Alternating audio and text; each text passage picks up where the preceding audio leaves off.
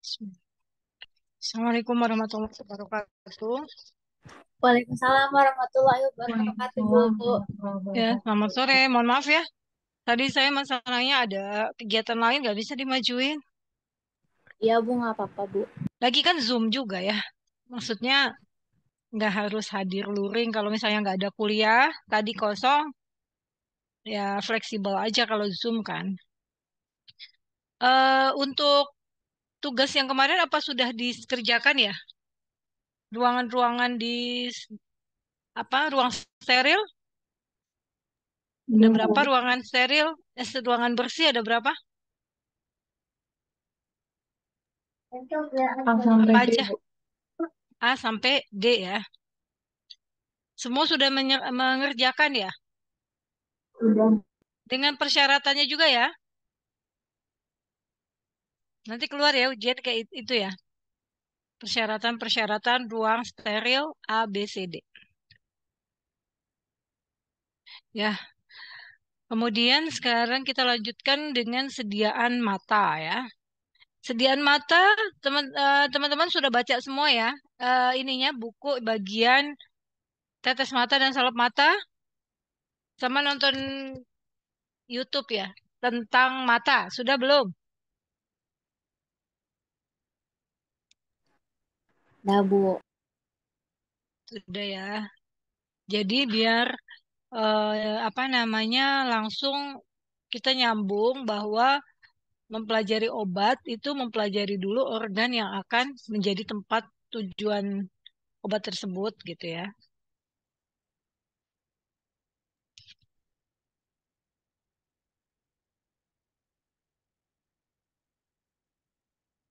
Ya, kita mulai aja ya.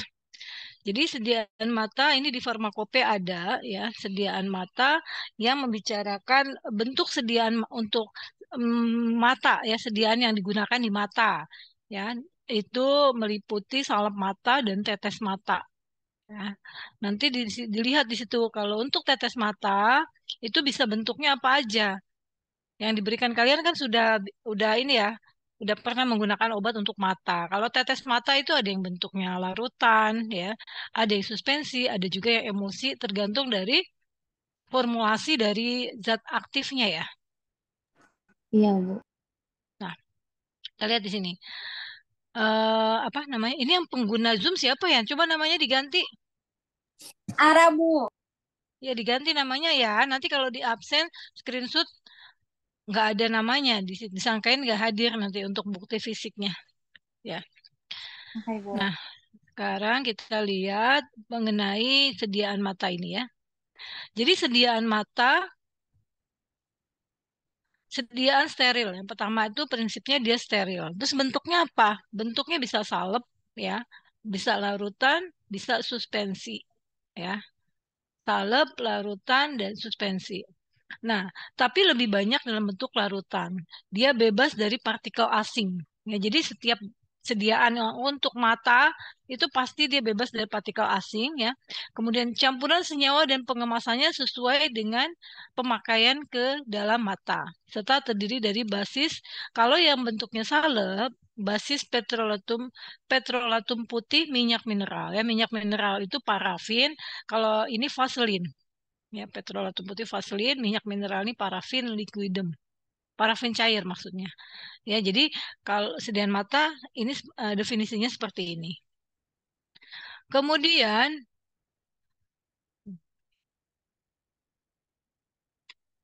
nih, jadi mungkin teman-teman sudah lihat ya dari YouTube tersebut ya yang sudah di-share sebelumnya, organ mata kita itu bagian-bagiannya seperti apa.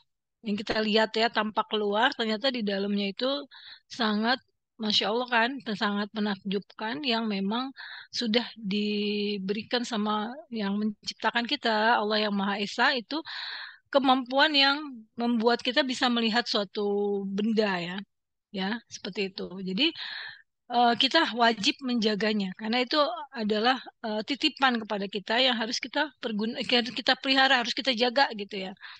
Jadi makanya obat apapun yang masuk ke dalam organ mata itu harus diberikan perlakuan yang betul-betul di sini disebut standar tertinggi dalam pembuatan sediaan mata. Ya, karena organ mata itu sangat merupakan organ yang sangat penting dan sangat berharga gitu ya. Jadi obatnya itu juga dibuat dengan standar yang paling tinggi di dalam pembuatan sediaan mata. Ya, jadi pertama sekali yang jelas harus steril, bebas dari partikel asing. Ya, itu alasannya. Nah, kalau teman-teman mungkin lebih enak ngelihat di YouTube, kenapa? Karena itu udah 3 dimensi kan, kelihatan ya. Tadi ada dua, udah pada nonton semua kan ya? Organ mata kita. Jadi bagian luar ya ini kan bola mata kita ya kan, bola mata kita yang di sini adalah kornea ya, semua yang ada di depan sini kornea, yang ini bintik hitam ini pupil, yang ini iris ya, mungkin teman-teman sudah lihat juga ya, sudah nonton dari YouTube lebih jelas. Kalau cuma ngelihat gambaran 2 dimensi begini kurang jelas ya. Kemudian ada kelenjar air mata di sini, kemudian ada cairannya di belakang kornea, di depan lensa ini ada cairan di sini, aqueous humor ini cairan. Cairan ini apa namanya, komposisinya itu ada minyak juga. Dari sini kan ada kelenjarnya, ada kelenjar air mata ya di sini, kelenjar air mata. Dia memberi komposisi di aqueous humor di air mata kita. Nah, selain itu yang merupakan cairan mata ada juga di sini vitreous humor ini di bagian dalam mata kita. Nah, tapi bentuknya berbeda. Kalau yang di dalam ini bentuknya lebih ke gel ya bentuknya. Ya. Kemudian baru ada di sini saraf, ya saraf mata yang berhubungan dengan organ yang di otak. Ya, karena yang memanifestasikan suatu bayangan itu benda A, benda B itu karena sudah ada memori sebelumnya di otak. Ya, jadi apa, ada masalah atau kelainan yang ada di mata, kita menggunakan obat ya, nanti masuk ke dalam organ mata ini. Ya. Nah, ini anatominya. Anatominya diameter dari mata kita ini 23 mm ya, 2,3 cm. Ini bola matanya nih ya. Strukturnya ada bagian luar, bagian tengah, dan bagian dalam. Bagian dalam retina, tempat jatuhnya bayangan ini ya. Bagian luar kornea dan merupakan lapisan yang bening transparan. Nah, kemudian lapisan tengah itu berarti bagian di belakang kornea. Ya, ada iris atau disebut dengan selaput pelangi. Jadi kalau misalnya ada cahaya masuk, itu kan iris yang mengatur besar kecilnya pupil.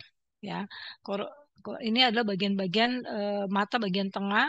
Kemudian untuk kornea sendiri itu lapisan epitel, stroma dan endotel ini komposisinya ada lemak, air, dan ada struktur lemaknya gitu ya. Penetrasi obat tergantung pada koefisien partisi minyak air. Jadi kalau obat yang mau masuk ke dalam ke mata kan pasti melalui kornea. Nah, itu penetrasi atau penyerapannya itu tergantung dari sifat eh, obat tersebut ya, kelarutannya di dalam minyak dan air. Jadi harus keseimbangannya itu mempengaruhi kemampuan dia untuk berpenetrasi. Karena apa? Dia melewati kornea itu kan ada lapisannya. Lapisannya itu tadi ada lemaknya juga, ya ada airnya juga. Jadi di dalam memformulasikan obat-obat untuk mata tetap adanya pengaruh penetrasinya tergantung dari sifat fisika kimia dari bahannya ya, zat aktif dan zat tambahan. Nah, ini adalah penampang kornea ya, penampang penampang kornea bagian atas epidermis, epitel ya bagian luar, kemudian di bawahnya nih ada membran namanya membran Bowman, kemudian corneal stroma ya di bagian dalamnya lagi, baru di sini bagian membran dalamnya. Jadi kornea yang merupakan bagian yang transparan ya, kalau di bola mata kita yang bagian transparan luar itu kornea. Nah, jadi itu terdiri dari beberapa lapisan. Ya, kemudian kalau sistem cairannya ada aqueous humor yang di belakang kornea dan vitreous humor yang di dalamnya lagi. Ya, vitreous humor. Kalau vitreous humor ini dia di bagian dalam mata itu baru kita ada pembuluh darah. Jadi disekresikan dari darah melalui epitel badan silaris. Jadi vitreous humor suatu cairan yang disekresikannya dari darah. Kemudian ada kelenjar lakrimal kelenjar air mata. Kelenjar air mata itu mengeluarkan air mata dan melembabkan kornea dari kekeringan. Ya, jadi ini adalah bagian dari apa cairan yang ada di bola mata kita. Kalau misalnya mata apa namanya sediaan untuk mata itu bisa dalam bentuk bentuk salep ya, bentuk salep pasti untuk di permukaan kalau salep ya. Kemudian ada yang dalam bentuk larutan, ada yang dalam bentuk suspensi. Ya, tergantung dari sifat zat aktifnya. Nah, ini nanti dia akan terlarut di dalam cairan mata ini, obat yang digunakan tersebut ya. Nah, absorpsinya ada yang melalui kornea, ada yang tidak, absorpsi non kornea. Absorpsi non kornea penetrasi melalui sklera. Sklera itu kan lapisan putih ya, kalau di YouTube kalian melihat itu bagian terluar yang lapisan putih yang melindungi bola mata kita tuh sklera. Dan konjungtiva masuk ke jaringan intraokuler ke bagian dalamnya. Penetrasinya dia tidak produktif karena penetrasi obat yang diabsorpsi oleh sirkulasi seluruhnya. Ini yang non kornea. Kalau yang melalui kornea, dia masuk melalui lapisan luar epitel. Jadi kornea yang merupakan lapisan bening tersebut masuknya melalui epitelnya. Menghambat pembatas dengan ukuran lubang 60 ya. Ini satuan ini kayaknya ya. Satuan pori-porinya itu hanya bisa dilewati ion ukuran kecil dan molekul lipofil. Jadi karena di situ lapisan epitel terdiri dari komposisinya ada lemak air, jadi untuk melewati itu harus memiliki sifat kelarutan di lemak dan di dalam air. Nah, transselular transport. Jadi ini transport malah antar sel, perjalanan di antara epitel, korneal dan stroma. Jadi obatnya terabsorpsi ya masuk melalui lapisan-lapisan yang ada di kornea kalau absorpsi melalui kornea. Kalau tidak melalui kornea berarti melalui sklera atau lapisan yang melindungi bola mata kita, lapisan putih yang melindungi bola mata kita yang paling luar ya. Jadi ada dua tadi ya, absorpsi bisa melalui kornea, bisa tidak. Nih, penetrasi kornea yang baik. Jadi diharapkan obat itu memiliki daya penetrasi yang baik supaya apa? Supaya absorpsinya maksimal. Jadi waktu kontak yang lama dengan jaringan kornea. Itu penetrasi yang baik itu dipengaruhi oleh waktu kontak yang lama, kemudian implisitas penanaman untuk pasien. Jadi maksudnya pasien itu perlu diberikan pemahaman bahwa di dalam menggunakan obat itu bagaimana cara pakainya? Dia tidak mengiritasi dan bentuk yang nyaman dan sifat reologi yang sesuai. Jadi sediaan mata itu tidak boleh mengiritasi. Jadi harus senyaman mungkin. Karena mata kita tuh sedikit aja kemasukan partikel yang halus aja itu kan terasa ya, nggak nyaman ya. Makanya di dalam sediaan mata itu selain steril juga bebas partikulat. Ya, tidak hanya mata sih, sediaan parenteral atau injeksi juga partikulatnya juga diukur juga. Kejernihannya diukur juga ya. Tidak boleh ada partikel di situ. Kemudian sifat reologi itu adalah daya alirnya. Jadi kemampuan misalnya ditetesi berapa ininya viskositasnya ya, berapa kekentalannya itu harus sesuai. Ya, jadi itu harus diperhatikan untuk sediaan mata ya. Faktor yang mempengaruhi bioavailabilitas intraokuler ya. Bioavailabilitas itu adalah kemampuan suatu obat untuk mencapai sirkulasi darah. Jadi di mata tuh ada pembuluh darah yang di bagian dalam, yang dekat vitreous humor tadi yang di bagian dalamnya. Jadi cairan mata yang di bagian dalam. Itu ada pembuluh-pembuluh darah di situ. Ya, nanti kalau misalnya obat dari mulai diberikan sampai terlarut di dalam cairan sistemik ya pembuluh darah itu namanya bioavailabilitas.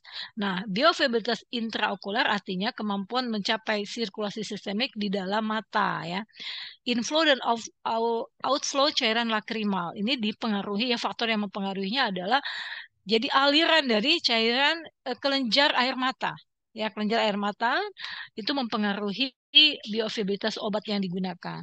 Drainase nasal lakrimal yang efisien, ya, drainase itu sistem saluran saluran jadi kelenjar sebagai untuk memproduksi air mata kan ada kelenjarnya. Kemudian di situ juga ada saluran-salurannya di mata kita. Saluran untuk air mata tersebut yang nanti pasti berhubungannya dengan hidung. Nah, itu mempengaruhi juga, mempengaruhi bioavailabilitas dari obat. Kemudian interaksi obat dengan protein ya. Jadi cairan mata kita tuh ada komposisi protein juga. Ya, jadi apa namanya kita memperhatikan, perlunya kita mengetahui bahwa cairan kelenjar air mata kita komposisinya apa aja, ada air, ada lemak, ada protein, itu supaya kita mengetahui juga cara kerja obat yang ada di situ. Selain itu kita harus memperhatikan juga jenis asupan ya, ya, karena itu semua berasal dari makanan ya, makanan yang kita makan itu kita harus perhatikan, makanya proteinnya, cairannya itu mempengaruhi cairan mata ya. Jadi interaksi obat dengan protein yang ada di cairan lakrimal. Kemudian pengenceran dengan air mata. Ya, pengenceran itu juga mempengaruhi bioavailabilitas obat di dalam mata. Kemudian permeabilitas kornea yang buruk dan terbatasnya metabolisme. Permeabilitas itu adalah kemampuan suatu obat untuk melintasi membran yang ada di kornea.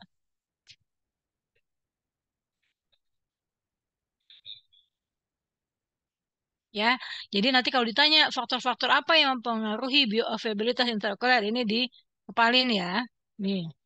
Misalnya hal berikut adalah mempengaruhi bioavailabilitas intraokuler kecuali ya, ya, gini harus diperhatikan. Jadi cairan lakrimal itu pengaruh besar. Nah,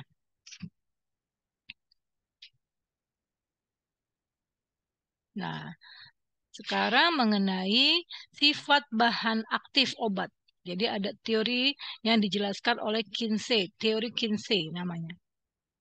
Di sini ya banyak obat mata yang sifatnya basa lemah, ya kayak alkaloid, alkaloid ya itu berupa basa lemah, di mana bentuk garamnya digunakan pada mata dalam larutan. Kenapa dalam bentuk garam? Karena garam mudah larut dalam air, ya kan? Karena kemampuan netralisasi dari air mata kita, jadi air mata kita tuh mampu menetralisir obat yang masuk. Ya, pH dari tetes mata dengan cepat diubah pH-nya menjadi pH fisiologis, pH yang sesuai dengan air mata. Ya, jadi tergantung dari sifat disosiasi alkaloid. Alkaloid itu basa lemah. Ya, ini alkaloid itu apa namanya?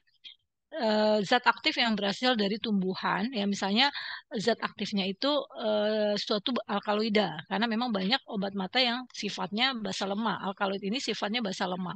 Tergantung sifat dari disosiasi. Kalau disosiasi itu terurai, terionisasi ya. Sebagian dari garam akan dirubah menjadi bentuk basa bebas yang biasanya lebih larut lemak. Kalau misalnya sifat garam itu larut dalam air.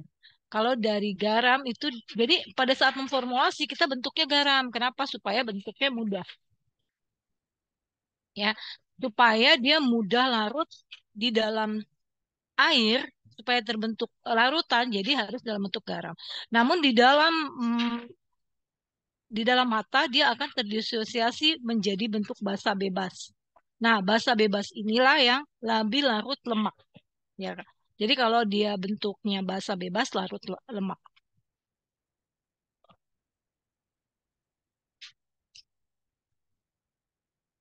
ya.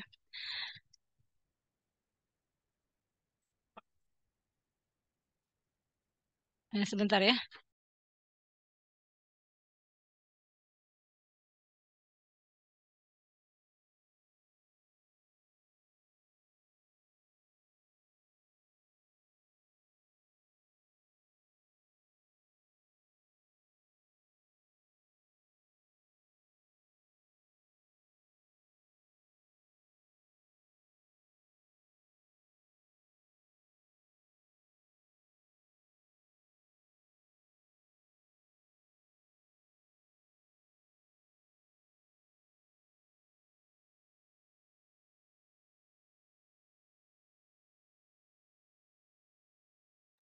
Sorry ya, Dek. Bentar.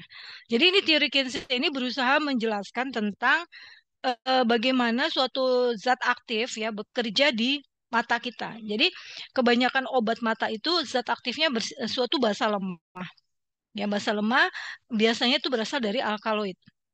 Nah, pada saat diformulasikan bentuknya adalah garam. Contoh, ada yang bentuknya fisostigmin ya. Fisostigmin zat aktifnya fisostigmin HCl. Ya, HCl itu garam. Ya, bentuk garamnya jadi HCl. Nah, tapi di dalam mata dia akan terdisosiasi. Ya, jadi bentuknya akan kembali menjadi basa bebas. Nah, bentuk basa bebas ini lebih larut lemak. lebih larut lemak. Sehingga ion mudah berdifusi ke dalam sel epitel. Jadi epitel mata yang dia sifatnya lipofil, ya, sehingga lebih mudah suatu zat aktif melalui itunya apa namanya membran selnya, gitu ya. Bentuk lemak dari alkaloida R3N, R itu ada suatu alkil ya. Kalau di kimia organik, R itu suatu alkil. Nah, ada tiga jumlahnya. N itu suatu basa nitrogen. Ya. Dia melewati lapisan epitel ke dalam substansia propia, jadi lapisan dalamnya gitu ya. Lapisan stroma ini berlapis-lapis. Dia kurang mengandung lipid dan kaya akan air. Obat yang berpenetrasi sebagian akan dirubah menjadi terprotonisasi tergantung pada pH lingkungan berair pada stromanya. Pada saat melewati lapisan lemak endotel, obat masuk ke dalam cairan humor di mana obat akan terdifusi dengan cepat ke dalam iris dan badan siliar yaitu tempat di mana obat memberikan aksi farmakologis ya. Kalau kita lihat gambarnya, ini akan lebih jelas di sini nih. Nah ya, jadi tirikin C ini adalah suatu molekul obat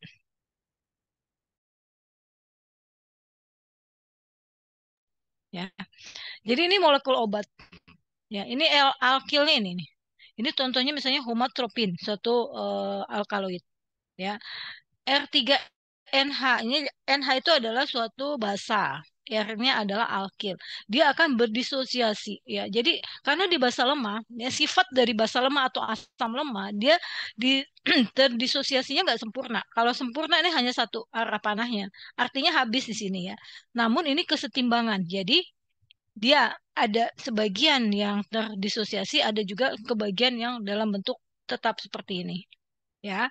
Jadi supaya dia mudah menembus ke dalam lapisan kornea ya kan epitel dia akan terdisosiasi menjadi apa namanya basa bebasnya dan di sini kan haknya terprotonasi ya menjadi suatu basa ya kan R3N suatu basa masuk seperti itu ya ke dalam substansia propria. Nah, nanti dari sini ya karena dia berdisosiasi berarti ada kemungkinan dia akan apa namanya kesetimbangan dengan bentuk molekul asalnya ini mau senyawa induknya senyawa induk dia terdisosiasi menjadi bentuk basa dan H plus ya kalau ini kan molekul obat yang awal nih ya R3NH plus ini ya kemudian di dalam menjadi berubah menjadi apa namanya terdisosiasi itu artinya dia molekulnya antara garam dan bentuk garam dengan basa bebasnya terlepas ya. Di sini menjadi bentuk basa bebas R3N yang akan bekerja di tempat ini aksinya di sini ya. Makanya dia nembus di sini aqueous humor. Disinilah tempat kerja dari obatnya. Itu teori ini berusaha menjelaskan bagaimana suatu obat bekerja pada bagian mata. Nah, karakteristik sediaan mata. Jadi, sediaan mata sudah pasti steril. Ya, bebas dari bahan asing atau partikel asing. Isotonis ya. Isotonis itu artinya tekanan osmosisnya sama dengan tekanan cairan yang ada di dalam organ mata. Ya.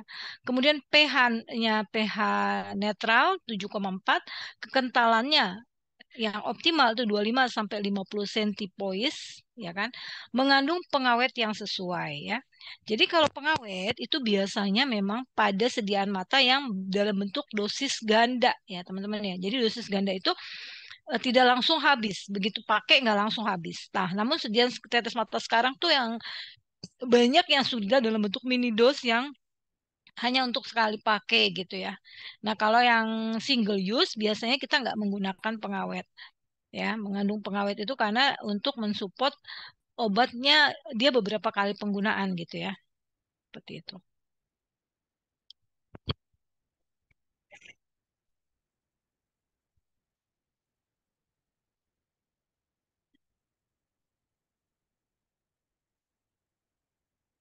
pH-nya juga.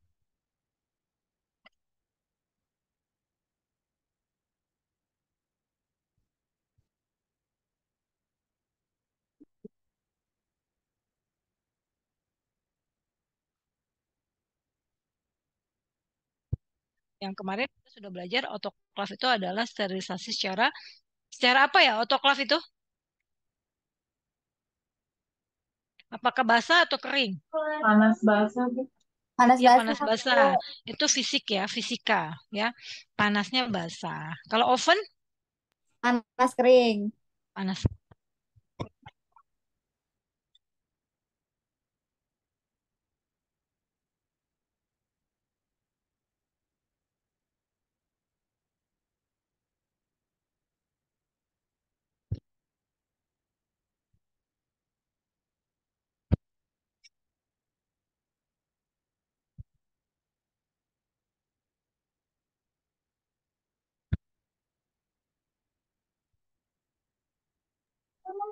Kalau ibu mah suaranya nggak kedengeran nih.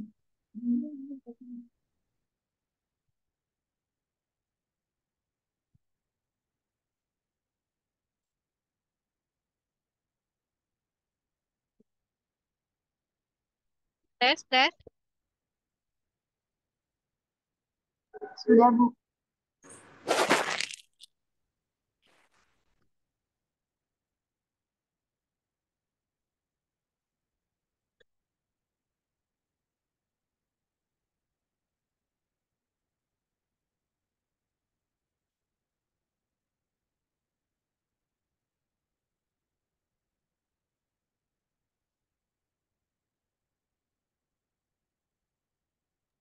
Ibu suaranya nggak ada, Bu. Yang lain gimana ya? Apa di saya aja ya, Bu? Iya, Bu, ya ada suaranya lagi.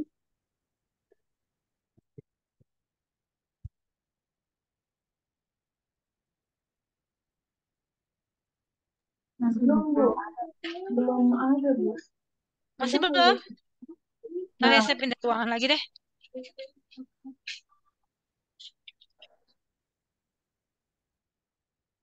Halo, jelas nggak suara saya? Jelas, Bu. Hah? udah, Bu. Jelas. Jelas, Ibu. Sudah jelas. Oke, baik, baik.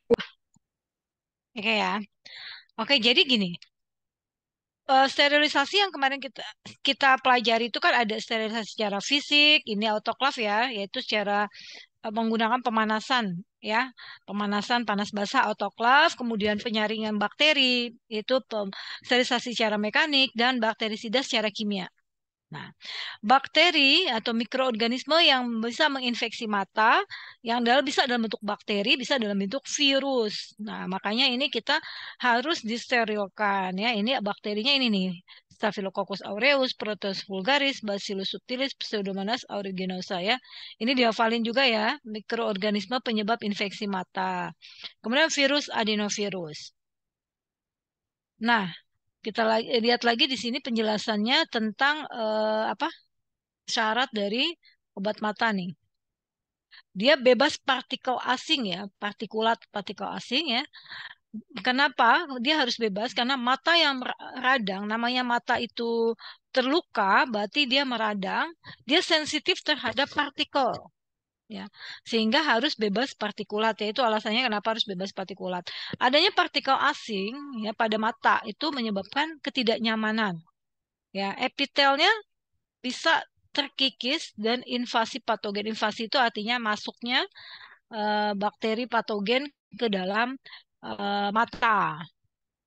Nah, di sini klarifikasi larutan mata diperlukan dengan dengan filtrasi. Jadi maksudnya sediaan yang digunakan yang dalam bentuk larutan tadi itu perlu bebas partikel. Ya, jadi perlu bebas partikel. Alasannya tadi karena adanya partikel menyebabkan tiga hal ini. Nah, kalau apa namanya larutan untuk mata yang pasti steril dan bebas partikel. Kemudian di sini kalau misalnya salah satu sterilisasinya dengan filtrasi, maka menggunakan membran plastik mikropor ya, kemudian penyaring. Ini jenis-jenis filter ya. Jenis-jenis filter bisa membran plastik mikropor, penyaring kaca sinter atau kertas saring halus. Ini jenis-jenis bakteri filter. Ya, keadaan obat yang sangat halus di dalam suspensi. Jadi, obat yang digunakan kan bisa salep, bisa larutan, bisa suspensi. Itu tiga bentuk sediaan yang digunakan untuk sediaan mata. Nanti kalau ditanya bentuk sediaan mata apa aja? Larutan, suspensi, salep mata, salep. Ya.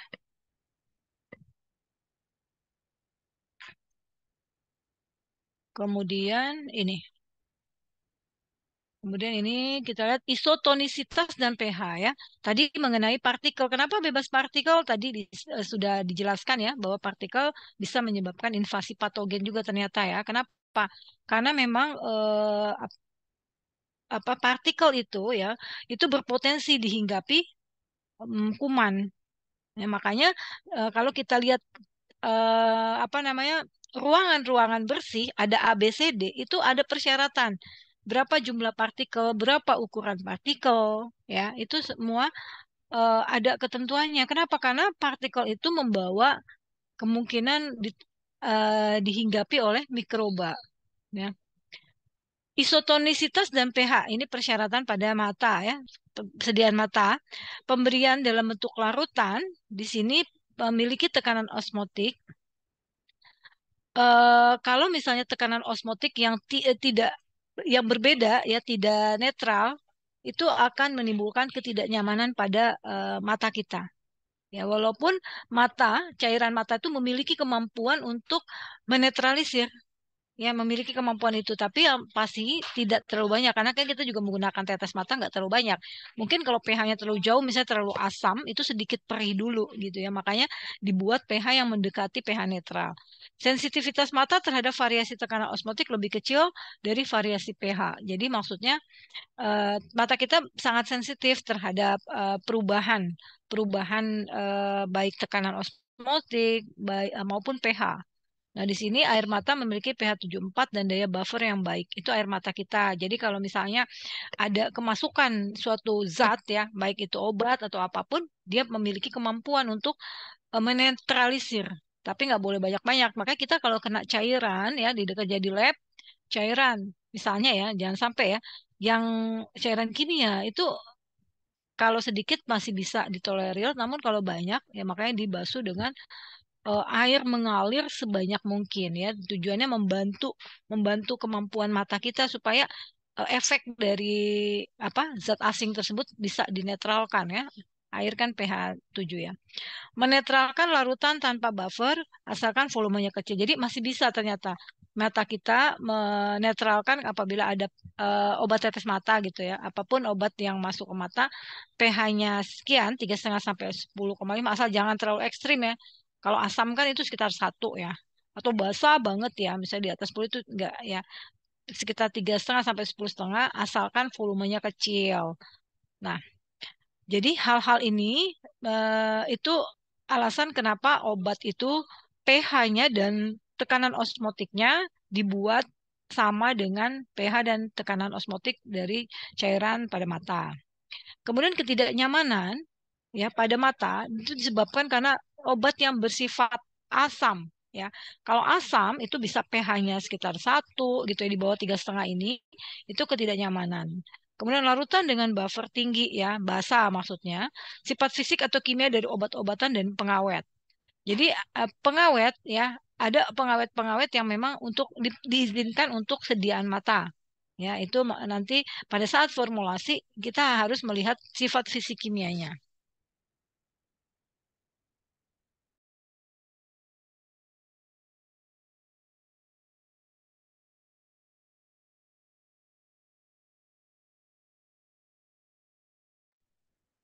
Nah, kita lihat di sini ada obat anestesi lokal ametokain, menyebabkan ketidaknyamanan karena aktivitas permukaannya dan kemampuan untuk mendenaturasi protein.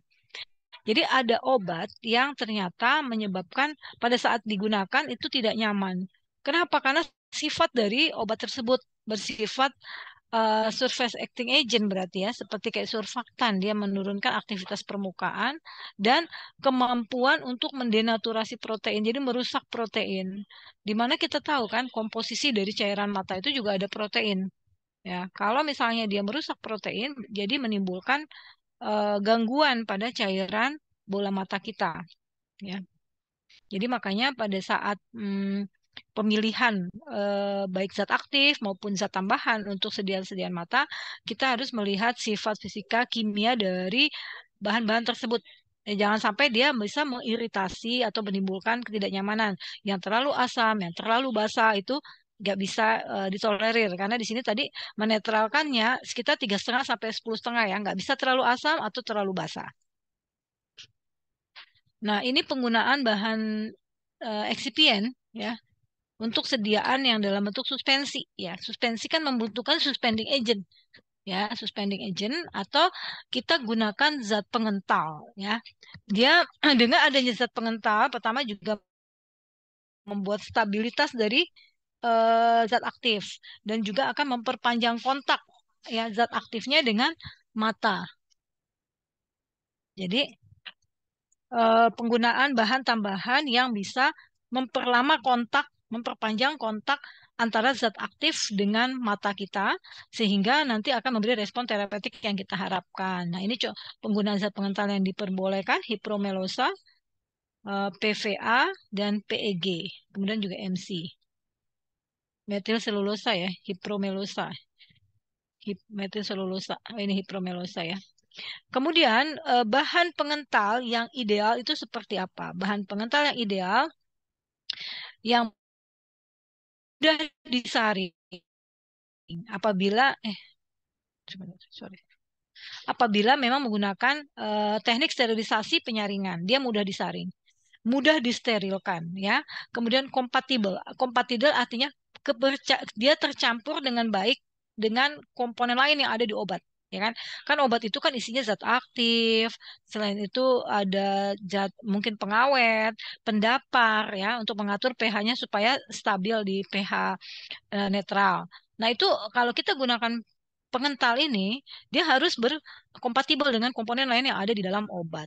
Kemudian indeks bias optimal. Ya, tidak digunakan dalam obat tetes mata dalam bentuk larutan dan lotion mata. Jadi maksudnya bahan pengental tidak perlu kalau misalnya bentuk sediaannya adalah larutan, ya kan? Karena larutan sudah dalam bentuk zat aktif yang larut, jadi nggak perlu menggunakan bahan pengental. Ya ini bahan pengental. Dia contohnya apa? Hipromelosa ya. Kalian harus ingat nih, hipromelosa, PVA, PEG itu bahan pengental yang digunakan untuk sediaan mata. Kemudian di sini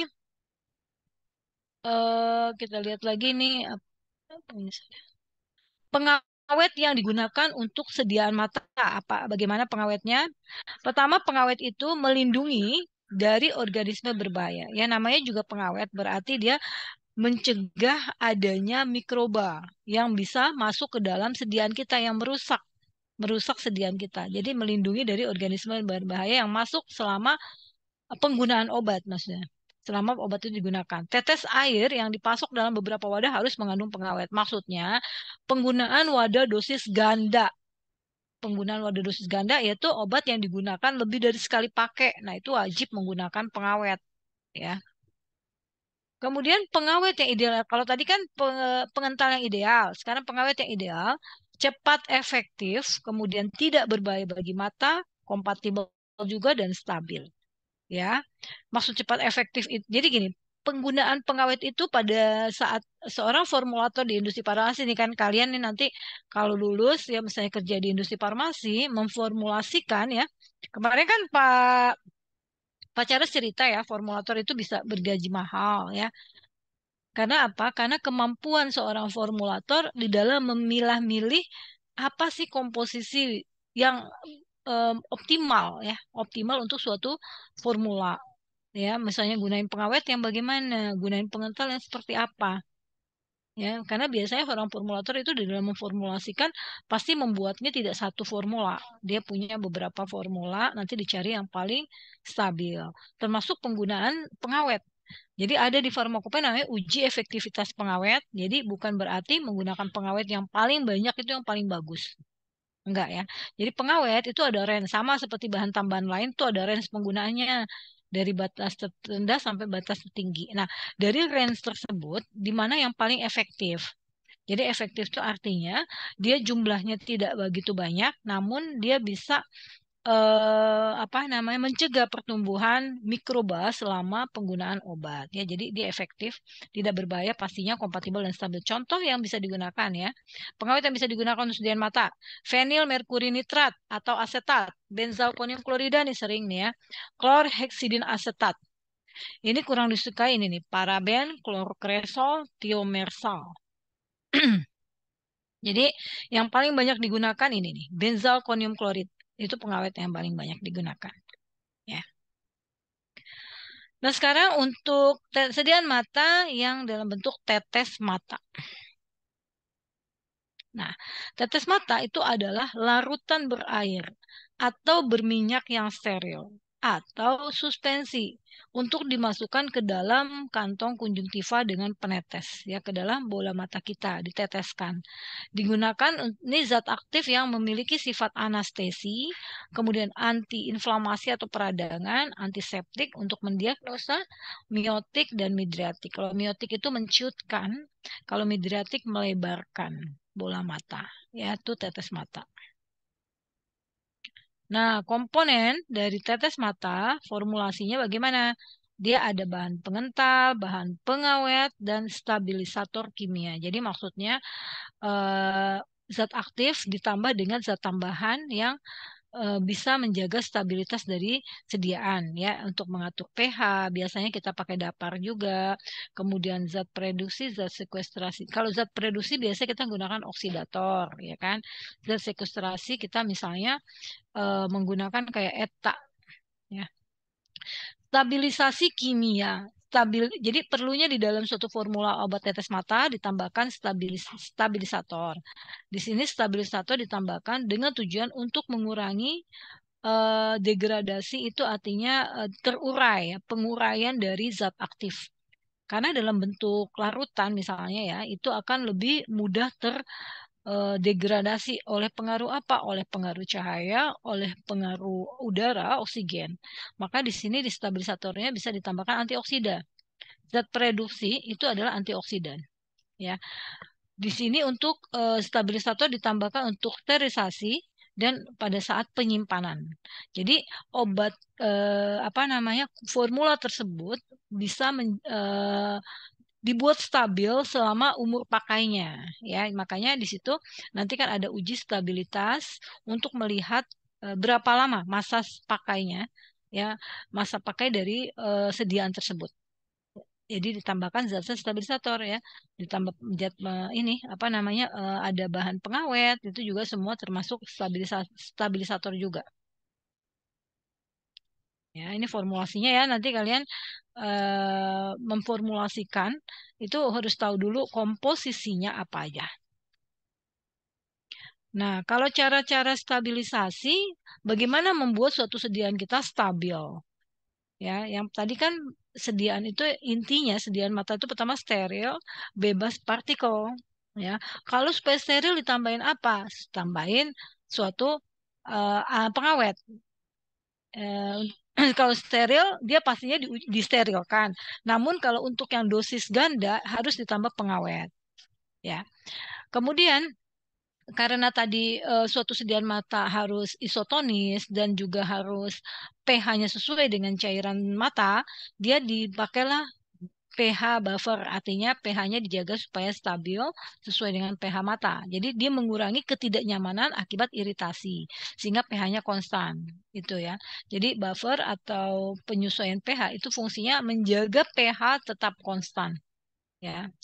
Kemudian ini ada pH asam ya, asam borat ya, asam borat dengan natrium tetaborat. Jadi kan dapar atau buffer itu terdiri dari sekarang saya mau tanya deh. Dapar itu komponennya apa ya, dapar? Apa komponen dapar? Tahu nggak ya, dapar? Dapar itu kombinasi dari dua bahan kimia. Apa aja? Apa aja? Asam sama Hmm? asam sama Asamnya batu. asam apa? Asam Satu lemah atau asam kuat? asam lemak. Asam lemah ya. Ini kayak asam borat ya. Dengan garam dari basa kuat. nih, kayak asam borat dengan natrium tetraborat. Ya, itu dapar borat. Asam borat nih asam lemah ditambah garamnya, garamnya natrium tetraborat. Natrium itu suatu basa kuat kan? Atau asam sitrat dengan natrium sitrat, atau asam fosfat dengan natrium fosfat. Ya, jadi nanti kalau ditanya dapar itu apa, apa dapar, ya kalian harus tahu apa fungsi dari dapar, apa contoh dari dapar. Ya, ya, itu sekalian belajar kimia di situ fungsinya kita belajar ada keterkaitan pelajaran satu dengan yang lain ya. Jadi kalau kita nggak ngerti satu pelajaran itu segera ditanyain karena apa? Karena nanti yang lain. Kemudian formulasinya mengandung bahan pembasah ya. Bahan pembasah ini atau wetting agent itu membuat zat aktif kita mudah dibasahkan oleh pelarut ya. Jadi meningkatkan kelarutan dari obat kita. Ya, contohnya adalah polisorbat ya. Kemudian untuk pengatur isotonisitas, ya, tekanan osmotiknya yang disebut dengan isotonis, iso itu sama, tonisitas tekanan. Jadi tekanan osmotiknya sama dengan cairan mata kita, yaitu NaCl 0,9% atau asam borat 1,9%. Ya, pengatur tonisitas bisa dengan NaCl 0,9%. Tuh ya. Kemudian di sini apalagi penggunaan reduktor atau antioksidan. Ya, perlu untuk sediaan mata. Kenapa? Karena dia melindungi zat aktif dari pengaruh oksidasi oleh oksigen. Makanya kalau misalnya sediaan-sediaan yang zat aktifnya mudah teroksidasi, selain menggunakan antioksidan, kemasannya juga dibuat dari wadah yang tidak tembus cahaya. Ya, misalnya yang warnanya gelap atau ember. Ya, selain ditambahkan suatu zat reduktor ini adalah zat yang mencegah oksidasi. Jadi kalau ada oksigen, dia duluan gitu loh yang bereaksi. Zat ini duluan, ya. Misalnya vitamin C gitu ya. Vitamin C ditambahkan vitamin C itu suatu reduktor kan. Jadi juga sebagai antioksidan kan sebetulnya. Jadi kalau misalnya ditambahkan ke dalam komponen, suatu komponen obat, kalau ada oksigen yang datang, dia duluan yang akan bereaksi sehingga zat utamanya akan terlindungi dari pengaruh oksidasi. Makanya kalau di dalam sediaan injeksi itu ditambahkan suatu gas nitrogen ya di bagian atas sediaannya apa tuh kemasannya misalnya dalam bentuk ampul atau dalam bentuk vial ya ampul biasanya ya itu sebelum ditutup bagian atasnya itu dikasih gas inert dulu atau nitrogen. Apa tujuannya adalah mencegah adanya oksigen yang masuk ya gitu. Yang biasa dipakai untuk antioksidan tuh ini sodium metabisulfit biasa dipakai. Sodium tiosulfat juga tapi kebanyakan sodium metabisulfit untuk reduktor atau antioksidan. Ya, jadi tuh kalian harus perhatikan formulasi dari formulasi dari obat tetes mata. Kemudian ada sequestering agent, jadi suatu zat penghelat membatasi dekomposisi juga, ya. Jadi mencegah degradasi dari zat aktif. Jadi dia menghilangkan logam berat, ya kan? Jadi logam berat itu banyak ya ternyata ya logam berat itu tidak di dalam bahan-bahan alam itu juga ada logam beratnya ya kalian ya. Misalnya komponen-komponen eksipien, komponen eksipien itu ada logam beratnya. Ya, logam berat itu bisa jadi dari pengotor zat aktif kita. Karena kan bahan kimia itu kan kemurniannya itu, semurni-murninya itu mesti ada pengotor. Pasti ada. Ya, walaupun jumlahnya kecil sekali. Nah, untuk itu logam berat yang ada, yang ikut gitu di dalam formula kita, baik itu dari zat aktif maupun dari zat tambahannya, itu akan di sequestering agent oleh suatu zat seperti contohnya ETA ini. Ya, jadi fungsi dari sequestering agent ditambahkan di dalam suatu formula tetes mata itu adalah membatasi dekomposisi dari zat aktif, yaitu mengikat logam berat yang mungkin ada di dalam formula kita. Ya, jadi tetes mata kita perlu perhatikan adalah persiapan fungisida dan bakterisidanya. Ya. Kemudian larutan obat dan bahan tambahan. Jadi maksudnya kita tahu bahwa zat aktif kita itu larut nggak di dalam air ya. Kalau memang dia larut bisa di dalam bentuk larutan. Kalau enggak ya itu dalam bentuk suspensi. Ya tergantung dari sifat zat aktif kita. Kita siapkan. Kemudian kita siapkan tadi ada pengawet ya yang kita gunakan itu apa pengawet yang cocok yang tadi yang dari awal formulasi ya kita pilih. Ya, klarifikasi dan sterilisasi. Klarifikasi di sini maksudnya kita pastikan lagi bahwa komposisi atau formulanya itu sudah lengkap ya.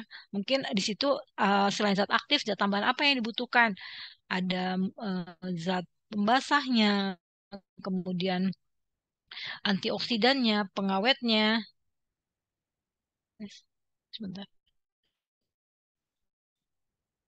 ya. Oh, ini yang berikutnya ya. Pengawetnya tadi pengawet yang paling banyak digunakan ini ya, benzalkonium klorida. Ya. Ini nanti kalian lihat-lihat lagi ya apa jenis-jenis bahan pengawet ini. Kemudian, sorry. Nah, kalau ini adalah penjelasan tentang tindakan pencegahan untuk menggunakan larutan stok dalam keadaan darurat. Jadi, kalau misalnya kita mempunyai suatu sediaan untuk mata, ya, dalam bentuk larutan, kita harus perhatikan ya hal-hal yang perlu kita perhatikan adalah tutup dan penutup karet harus diolah terlebih dahulu.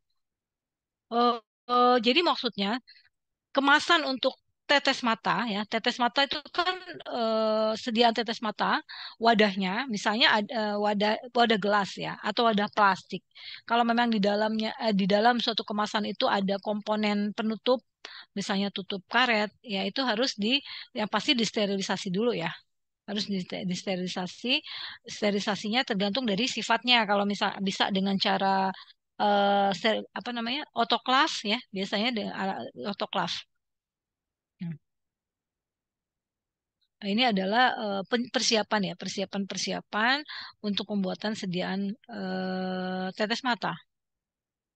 Ya, kalau misalnya dia menggunakan pengawet klorheksidin, bagaimana? Kalau misalnya pengawetnya fenil merkuri nitrat, bagaimana? Ya,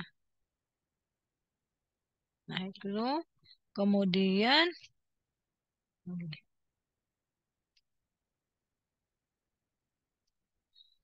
disolusi obat dan bahan tambahan.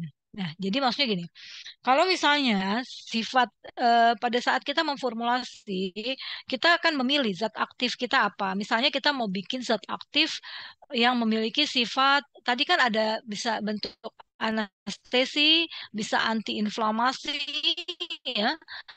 Mungkin bisa untuk melebarkan bola mata atau kebalikannya menyempitkan, ya. Misalnya kita menggunakan untuk obat antiinflamasi misalnya kita harus memperhatikan adalah kelarutan dari zat aktif kita. Misalnya kloramfenikol, dia lebih larut di dalam dapar asam yaitu borak daparnya dapar asam borat dengan boraks ya. Asam borat dengan boraks itu natrium tetaborat. Nah, itu pH 7. Ya, tergantung sifat dari zat aktif kita. Ya, ini misalnya kloramfenikol larutnya di mana? Lebih larut dalam dapar asam borat boraks. Pemanasan menggunakan membantu larutan pengawet yaitu fenil merkuri nitrat atau asetat. Nah, ini pengawetnya. Pengawet yang digunakannya apa? Misalnya kita mau menggunakan pengawet fenil merkurat nitrat dan dalam atmosfer gas nitrogen. Jadi maksudnya kalau misalnya kita mau memformulasikan komponen-komponennya, misalnya kan tadi zat aktif, kemudian kita menggunakan pengawet, pengawetnya apa? Nah, kalau misalnya kita sterilisasi akhir, itu nggak jadi masalah, ya, bisa sekaligus nanti di akhir kita tinggal kita pilih kita mau menggunakan apa, ya. Tapi kalau ada komponen bahan yang tidak bisa kita sterilkan dengan cara pemanasan, ya, itu berarti kita harus dengan cara filtrasi.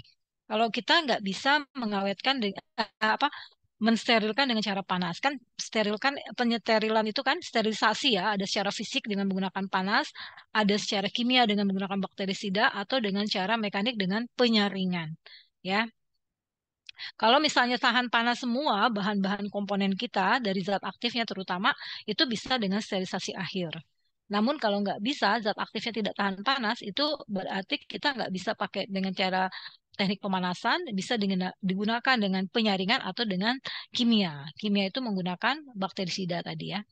Nah, seperti itu. Kemudian ini step klarifikasi.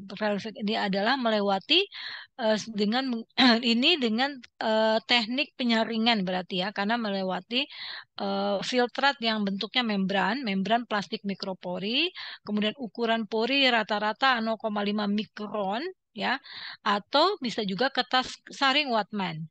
Kemudian larutan bebas partikel tidak hanya tergantung pada filter, tetapi juga pada peralatan dan wadah yang bebas partikel. Jadi maksudnya kalau kita mau membuat suatu sediaan tetes mata, tadi kan step-step tadi udah kita kita lakukan. Yang berikutnya kalau tahap yang namanya klarifikasi ini sebetulnya tahap melewati ke penyaring bakteri ya. Penyaring ini bentuknya macam-macam. Ada yang dia menggunakan membran plastik mikropor, ya, ada juga yang menggunakan kertas saring Wattman. Nah, nanti larutan yang dihasilkan filtratnya itu bebas partikel. Namun, untuk menghasilkan suatu sediaan bebas partikel itu kita tetap harus melihat ya wadah yang digunakan, ya peralatan yang digunakan itu semuanya juga bebas partikel. Caranya bagaimana? Ya, semua peralatan itu sudah dicuci dulu ya, sudah dicuci dan semuanya sudah dipastikan bebas partikel ya. Jadi untuk pembuatan sediaan mata itu memang perlu eh, steril dan bebas partikel dari awal ya. Baik ininya sediaannya maupun wadah yang digunakan untuk pembuatan sediaan tetes mata. Baru ini adalah sterilisasi akhir, yaitu pemanasan dengan otoklav. Suhu 98 sampai 100 derajat selama 30 menit. Nah, ini untuk sterilisasi dengan otoklav itu tergantung dari sifat zat aktifnya ya. Dia akan stabil di suhu berapa. Atau bisa juga sterilisasi dengan penyaringan. Ya, filtrasi yaitu ukuran pori 0,22 mikron plus minus 0,02 dengan diameter membran 13 dan 25 milimeter. Ya, ini penyaring ini filtrasi ya. Ini di dalamnya ini ada penyaring. Sebentar. Nih ya. Ini adalah penyaring yang di dalamnya ini ada penyaring yang ukuran porinya sekitar 0,22 mikron. Diameter membran ini diameternya ya. 13 dan 25 ya, 1,3 sampai 2,5 cm. Seperti ini ya. Jadi itu teknik sterilisasi sediaan tetes mata. Kemudian volume pengisian. Ya, jadi untuk sediaan tetes mata itu pengisi volumenya ada yang volume kecil atau volume besar. Biasa tetes mata memang kecil ya, 10 mili gitu, 5 mili ya, itu volume kecil. Kalau volume besar, kontaminasi akan lebih banyak, sulit dalam penyimpanan dan penggunaan. Sekarang sediaan-sediaan mata banyak yang kecil-kecil dan lagi yang single use. Kenapa? Karena lebih praktis, ya kan? Lebih praktis di dalam penggunaannya ya, juga lebih lebih disukai karena biasanya orang kan kalau beberapa kali ya penggunaan itu kan dibandingkan dengan single single use lebih praktis single use, sekali pakai udah selesai ya. Kemudian kita lihat lagi wadahnya. Wadah untuk sediaan tetes ini aplikasi tunggal tuh yang tadi ya single use jadi sekali pakai. Kalau yang multi multi dose itu yang wadah dosis ganda istilahnya. Wadah dosis ganda itu beberapa kali penggunaan. Misalnya botol tetes ini ya. Ini harus diperhatikan juga nih untuk apa botol, ada botol kaca bisa juga botol plastik ya. Kalau masalah warna yang pasti kemasan itu tidak boleh berinteraksi dengan zat-zatnya. Itu ya, tidak boleh berinteraksi dan warna dari sediaan tersebut harus melindungi dari pengaruh cahaya ya. Apakah warnanya gelap, apakah warnanya berwarna ya, itu tidak boleh berinteraksi atau inert istilahnya ya, tidak boleh berinteraksi dan harus melindungi terhadap pengaruh cahaya ya. Ini apa nih penggunaan untuk sediaan tetes mata. Penggunaannya yang pasti kita harus cuci tangan dulu sebelum menggunakan obat tetes mata. Kenapa? Karena tangan kita ini ya begitu banyak kuman ya yang nempel di tangan kita. Beberapa menit aja tangan kita nggak dicuci dulu sebelum memegang sesuatu itu pasti banyak kumannya ya. Nah di sini teknik penggunaannya intinya digunakan sesuai dengan aturan pakai yang ada di kemasannya. Gitu ya.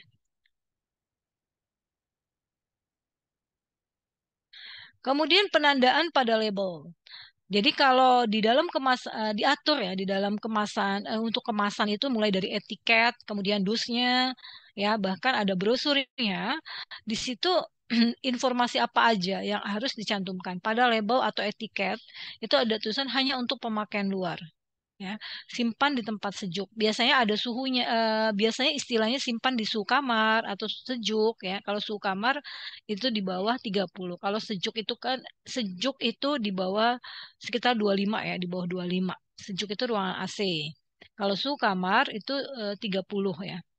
Buang sediaan 1 bulan setelah pembukaan pertama. Jadi maksudnya, kalau misalnya, jadi kalau kalian perhatikan ya di label obat ya sekarang, ini kan kalian itu sudah levelnya sudah S1 ya, maksudnya harus lebih apa rasa ingin tahunya harus semakin ditingkatkan ya. Jadi kalau membaca suatu obat ya dari kemasannya, dilihat itu di kemasannya. Biasanya di situ ada expire date yang memang dari pabrikannya, ada juga namanya eh, apa namanya selama pemakaian. Jadi begitu dia dibuka pertama kali sampai berapa umur pakainya atau yang disebut dengan stability in use. Stability in use itu stabilitas selama pemakaian. Kalau di sini kan dibilang buang sediaan 1 bulan setelah penggunaan pertama ya. Jadi memang sesuai dengan ketentuan yang ada di WHO ya, itu 1 bulan. In use stability itu 1 bulan. Tetapi yang lebih akurat itu adalah pabrik tersebut melakukan apa namanya stabilitas sendiri atau yang disebut dengan in use stability. Itu beda-beda.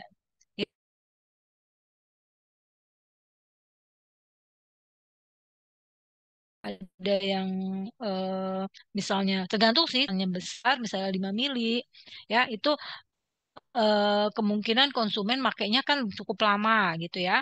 Jadi dia tuh suka melakukan pengujian bahkan bisa sampai 3 bulan ya. Asal ditunjang oleh data stabilitas in use itu kita bisa setujui. Ya, namun kalau tidak ada data stabilitas yang mendukung, jangan gunakan sediaan jika iritasi berlanjut ya. Jadi kalau memang untuk penggunaan ini apa obat-obat yang memang nggak cocok dengan kondisi mata kita ya, tentunya kita akan kembali ke dokter untuk mengecek ya apakah memang sudah tepat obat tetesnya untuk kondisi penyakit kita. Nih, contohnya ini ada obat tetes mata Visostigmin. Isinya zat aktifnya Visostigmin sulfat 0,5 gram.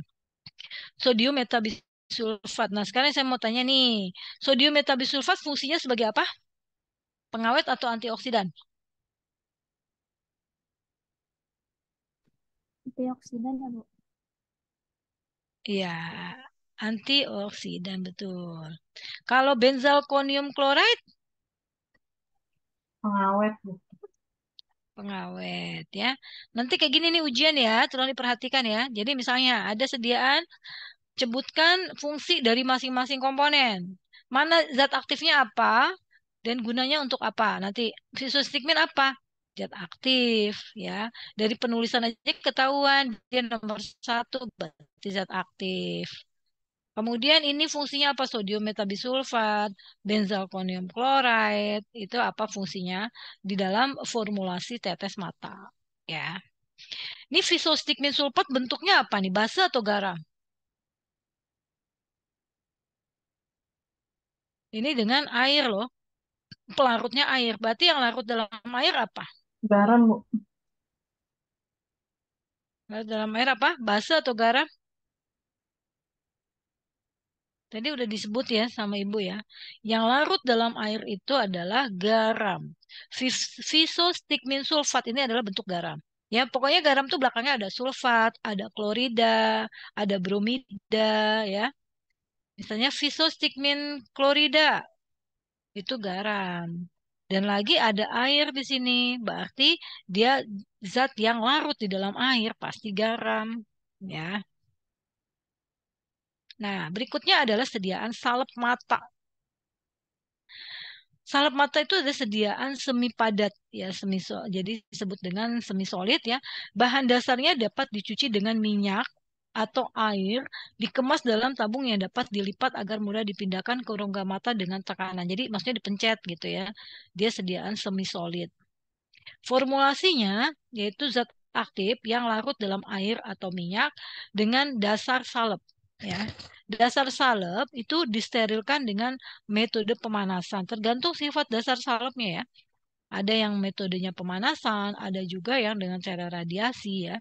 Bebas dari iritasi udah pasti ya, bebas dari partikulat. Kemudian obat bisa menyebar ke seluruh permukaan mata ya pastinya ya, bukan seluruh tubuh ya, meleleh pada suhu tubuh.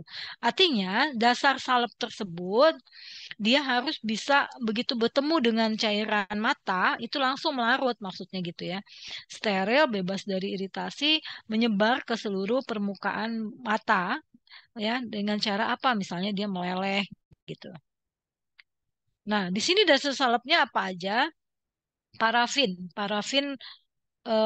Parafin kuning ya, parafin lunak kuning, kemudian parafin cair atau istilahnya di farmakope di US farmakope adalah mineral oil, parafin cair, kemudian lemak ya adepslani, ya itu beberapa dasar salep. Parafin kuning yang diperoleh dari minyak bumi.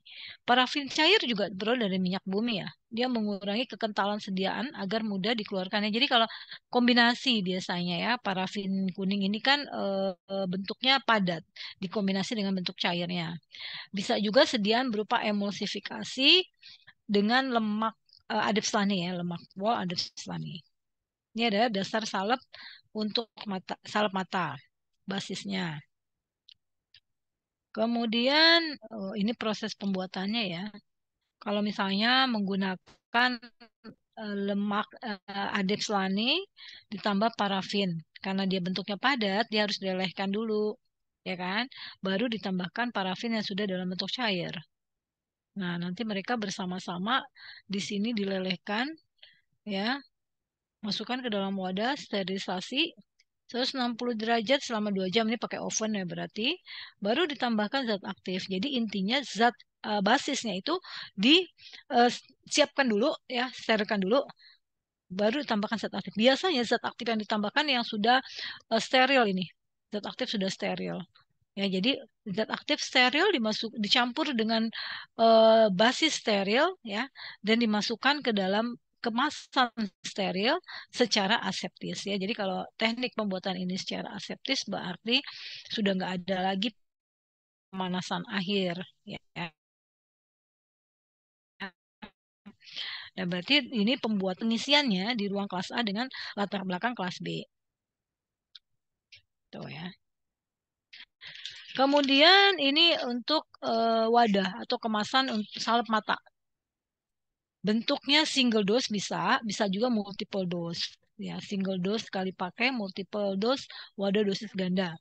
Kalau yang multiple, tabung kaleng, aluminium atau plastik yang dapat dilipat dengan nozzle. Kemudian tabung disegel dalam kemasan yang tidak dapat dilepas dan tutup ulir. Ini nih contohnya nih, ini ya. Nah, ini adalah kemasan yang multiple ya ini ya, multiple. Jadi beberapa kali pakai ya. Kemasan salep mata, kemudian label atau penandaan ya hanya untuk penggunaan luar, kemudian ada informasi penyimpanan ya, hindari kontaminasi selama penggunaan. Jadi memang penggunaan obat sediaan mata kita harus hindari kontaminasi selama penggunaan. Makanya kalau yang lebih baik itu yang single use sekali pakai udah gitu ya. Karena kalau yang multiple use itu kita harus hindari kontaminasi selama penggunaan obat itu. Ya, ini ada contohnya adalah salep mata atropin. Kombinasinya adalah komposisinya atropin sulfat sebagai zat aktif dengan basis steril gitu ya. Ini nggak diurai, nggak rinci apa aja basisnya. Cuma di sini basis steril. Ya, jadi kita nanti bisa milih sendiri Basis steril apa yang digunakan? Bisa menggunakan yang tadi ya, Vaseline, parafin, ya. Kemudian hmm, ini larutan mata. Lihat lagi ya kita ya.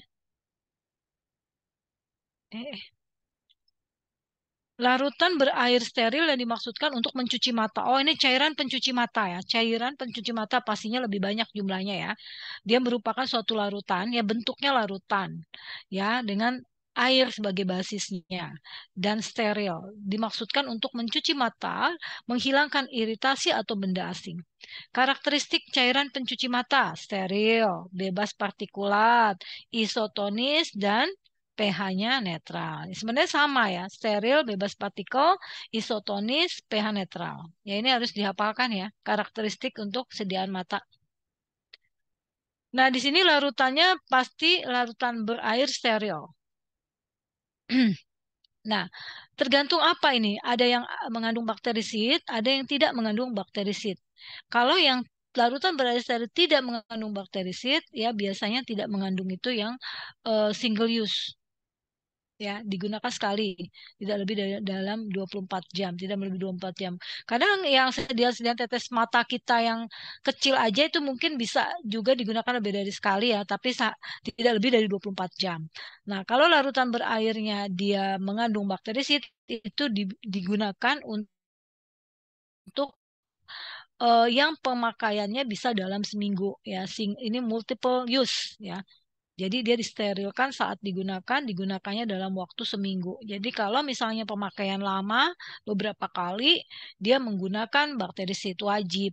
Tapi kalau hanya dalam satu hari, yaitu 24 jam, atau memang betul-betul sekali pakai doang, dia tidak mengandung bakterisid. Ya, karena pada prinsipnya, semua bahan kimia itu eh, memiliki efek ya pada prinsipnya. Jadi kalau memang bisa diminimalkan tanpa bakterisid, ya sebaiknya nggak usah seperti itu ya.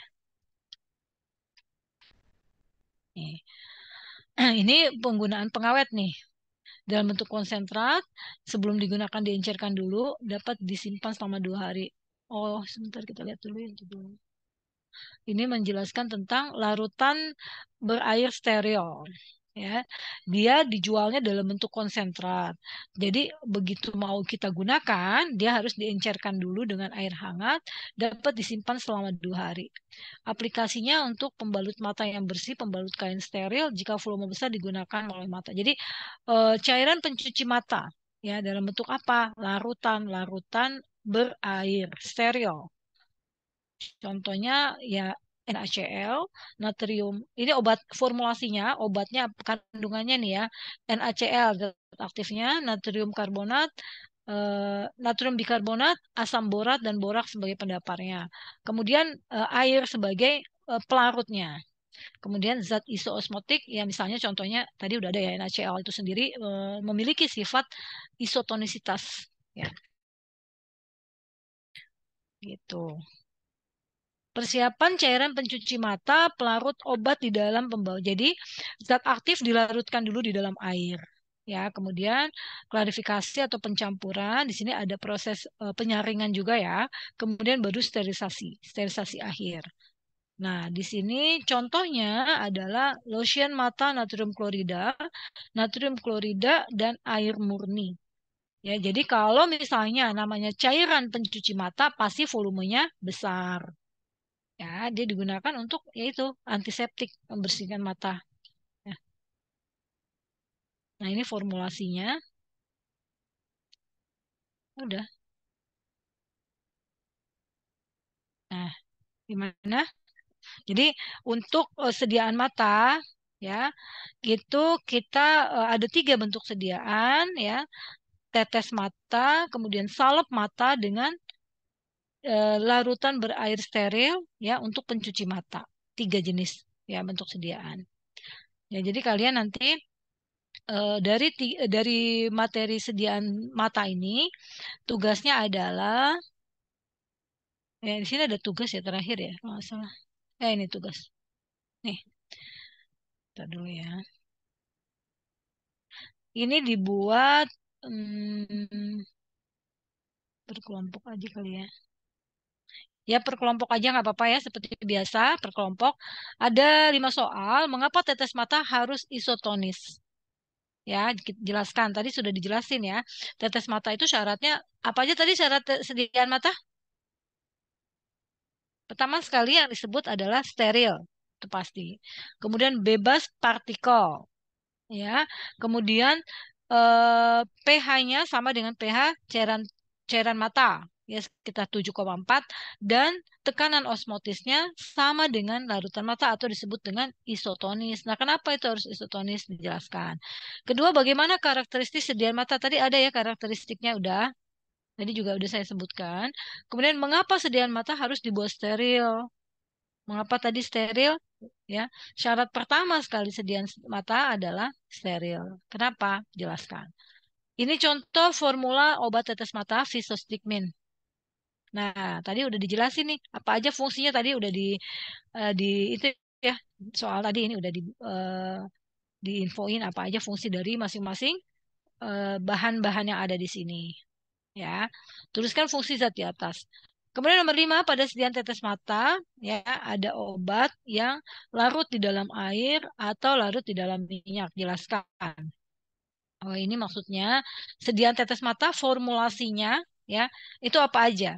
Kalau misalnya obatnya larut dalam air bisa dalam bentuk larutan, ya. Kalau dia dalam minyak bagaimana?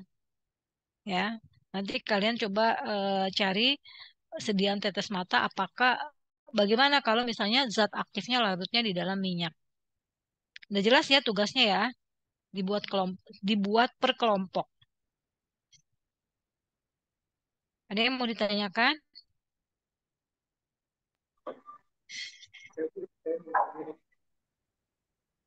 Ya.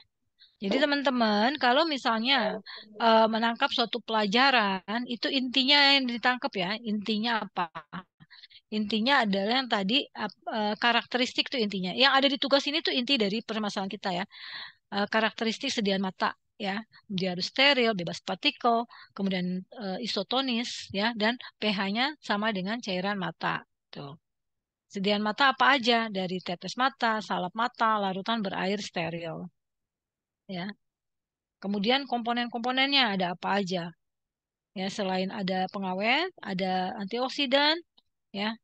Nah, kemudian ada apa lagi yang dibutuhkan tergantung dari sifatnya apa bentuk sedianya. Kalau dia larutan pasti kan nggak perlu pengental. Tapi kalau suspensi perlu pengental. Apa aja suspending agentnya? Nah, ada tadi udah dijelasin apa aja ya. Ya, itu tolong ya dibaca lagi, dikerjakan tugasnya supaya eh, nah, nempel apa yang dipelajari ya. Bu, saya mau Silakan tanya, kalau mau tanya. Ya, silakan Fahmi. ya Bu, Saya sambil absen. pertanyaannya Bu, Ya.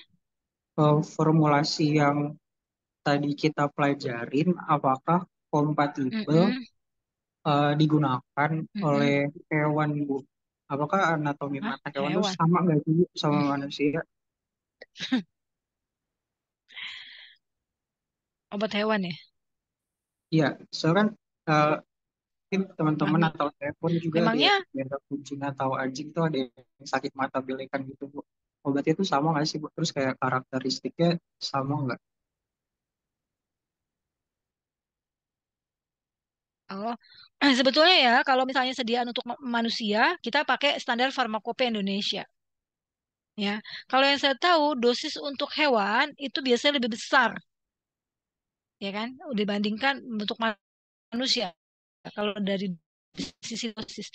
Tapi kalau untuk obat untuk manusia digunakan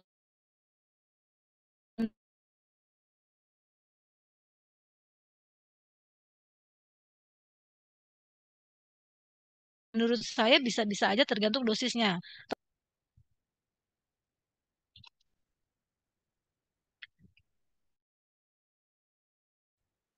Nah, dulu ya. Halo, sudah jelas belum ya? Ini saya pindah-pindah nih, tadi ada masalah di ruangan ini. Jadi Fahmi kan menanya kompatibel atau tidak gitu ya Fahmi ya? Kira-kira Iya Bu, kira-kira karakteristik sediaannya tuh Ah, sama sama atau juga enggak? nggak? Ya, jadi yang pasti mata itu kan organ yang sensitif, ya kan? Organ yang sensitif. Jadi pastinya harus steril. Ya, walaupun dia digunakan untuk obat hewan juga steril. Nggak buat karena apa mikroba ya. Mikroba itu bisa tumbuh pada tadi jelasin kenapa dia bebas partikel. Partikel. Kenapa bebas partikel? Karena partikel itu dia apa namanya memiliki memungkinkan dia ditumbuhi mikroba juga. Ya, jadi steril bebas partikel itu memang untuk sediaan tidak hanya untuk sediaan manusia kalau menurut saya, mata pada hewan juga ya. Tapi kalau dosisnya pastinya lebih besar. Tapi kalau karakteristiknya saya rasa sama juga ya. Menurut saya seperti itu. Tapi kalau dibalik obat yang untuk hewan kemudian untuk manusia itu nggak boleh.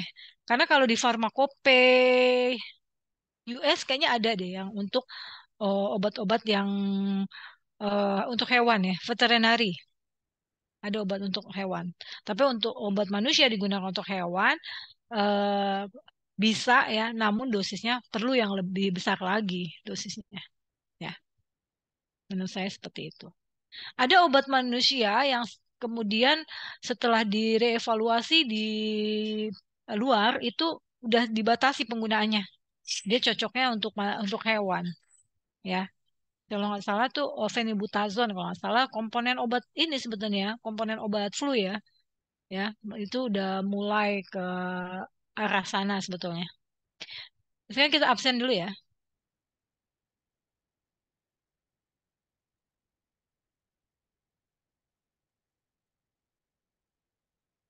Kehadiran, absen,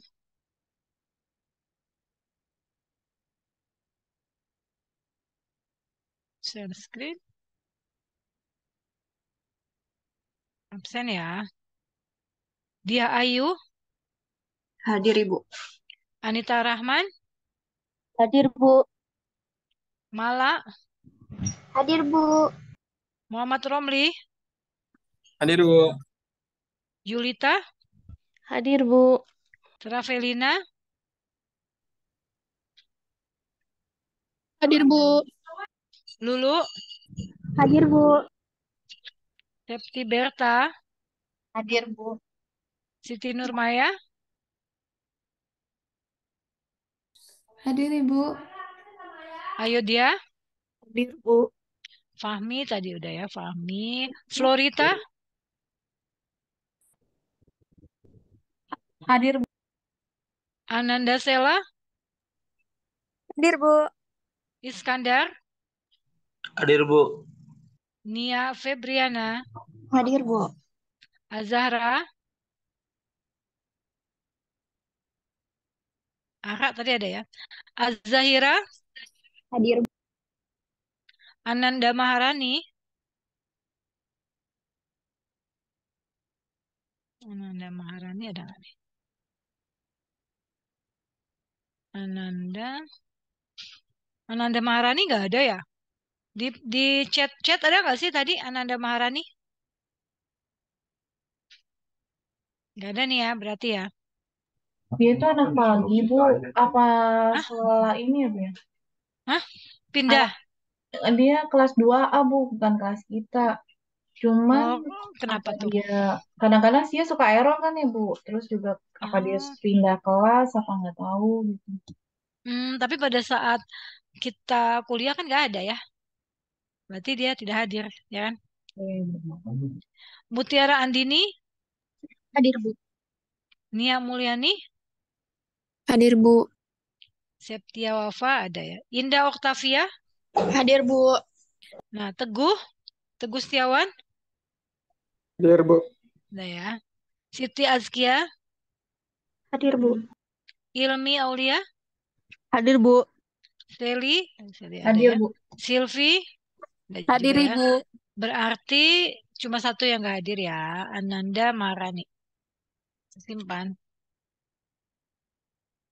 Oke. Ibu maaf Zara hadir. Hadir memang cuma Ananda Maharani yang nggak ada ya. Baik Bu, terima kasih. Ya. Dan Septi tolong di screenshot ya. Apakah ada yang mau ditanyakan lagi? Udah jelas ya soal apa tugasnya yang tadi ya, ada 5 tugas. Di kelompok per kelompok nggak apa-apa dikerjakan.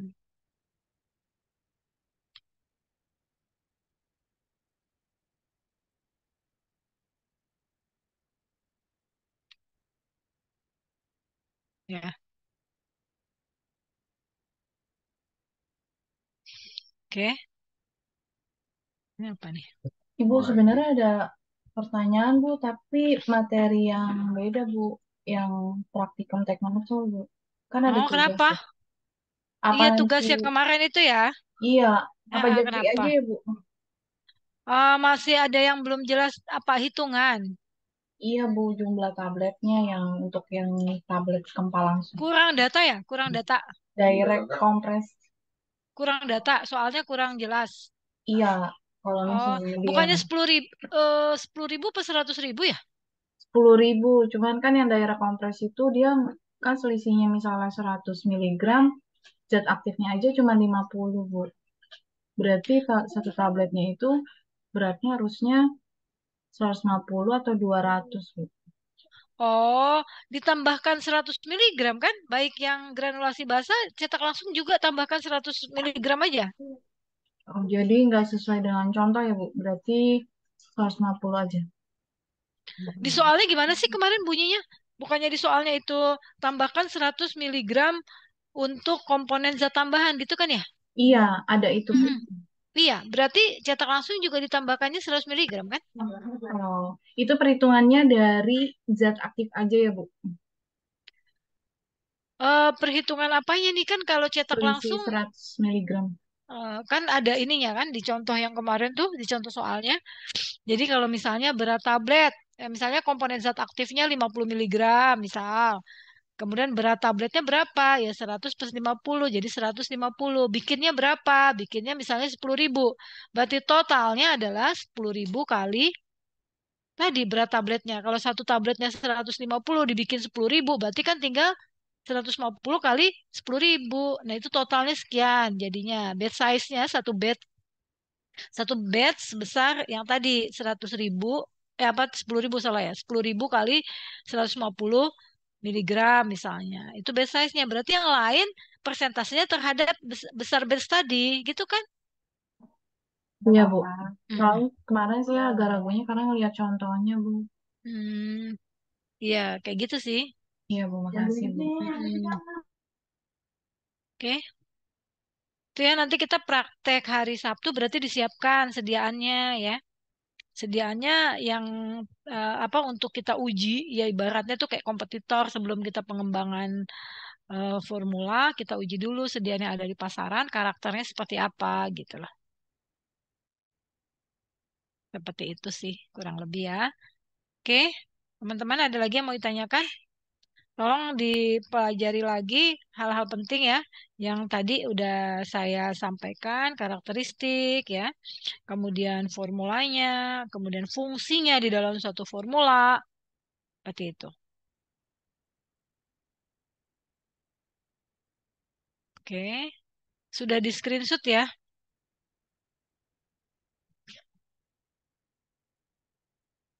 Ya, oke. Ya mungkin itu aja dari saya. Semoga bermanfaat. Terima kasih banyak atas perhatiannya. Assalamualaikum warahmatullahi wabarakatuh. Waalaikumsalam warahmatullahi wabarakatuh. Makasih Bu. Izin live ya. Iya Bu. Sama. Oke, Bu.